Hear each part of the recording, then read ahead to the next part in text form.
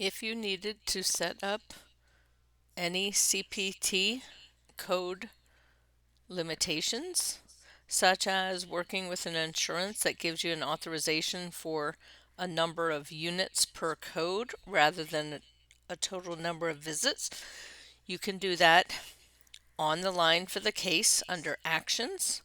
Click CPT Setup. This is only to be used if you needed to restrict the number of units that a patient can receive of a certain CPT code. So you just click the green plus, indicate the code. So let's say this was for the code for Therex. So let's say this patient's insurance only allows 24 visits max of that code. You can set that up and then it will put that restriction into place.